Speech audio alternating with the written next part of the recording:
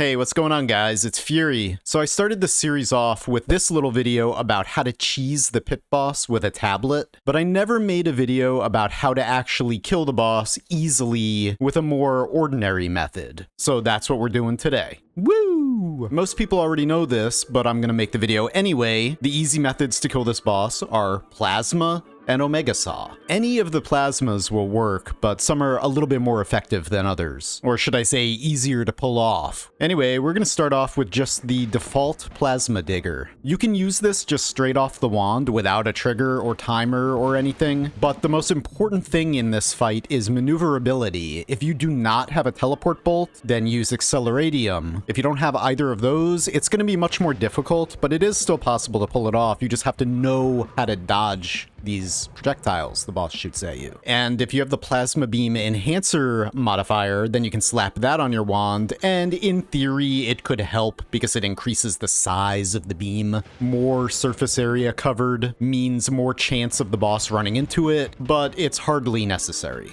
What is definitely more useful is using either a trigger or a timer on your wand. Though in this case, I prefer a timer because with a trigger, you have to actually shoot something for the plasma beam to fire. But with a timer, you can just aim out into empty space close to the boss and then have the plasma fire from there. Which for this boss is a lot more useful in my opinion, because what we're doing here with this boss is we are exploiting its revenge projectile mechanic. When the pit boss takes damage, it retaliates with projectile spam. So if that projectile is something that really does a lot of damage to the boss, like plasma or an Omega Saw, then it quickly melts the boss. Your job is to just get the hell out of the way. If you're going to be making use of Plasma Beam Orbit or Thrower, then using at least one speed up modifier on your projectile will also help, because if you do not, then these spells can actually cause some damage to you at certain angles because of how they work. And now for Summon Omega Saw, which in this example I'm going to use with a timer and a short range homing. We approach the boss and then fire from a good distance away because the boss is going to retaliate with that projectile spam. Just keep in mind that even though they're hanging in one spot, these Omega Saws still do quite a bit of damage. But if your goal is not to actually defeat the boss or even fight it, and you just want to grab the orb with the least amount of trouble, then you can actually escape the orb room by making sure that you're invisible when passing this area right here. Doing so will make the boss just not spawn.